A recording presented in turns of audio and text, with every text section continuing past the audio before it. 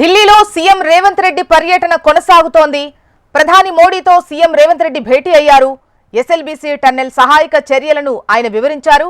Hyderabad metro విస్తరణ, మూసీ పునరుజ్జీవం, regional ring road, future సిటీకి సహకారం అందించాలని ప్రధాని మోదీని సీఎం రేవంత్ రెడ్డి కోరినట్లు తెలుస్తోంది.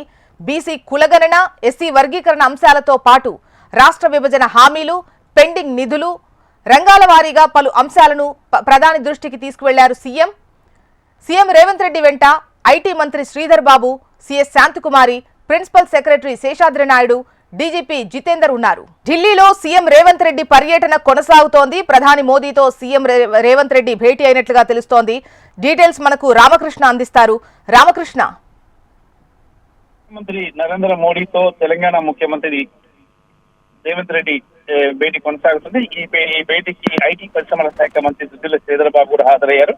ముఖ్యమంత్రి వెంట అధికారులు, chief secretary Shanthi Kumari, principal secretary Seshadri Naidu, DGP Jitendra కూడా ఉన్నారు. అయితే ముఖ్యంగా ఎస్ఎల్బీసీ టన్నెల్ సహాయక కార్యక్రమాలను కూడా ప్రధానికి వివరించారు రేవంత్ రెడ్డి.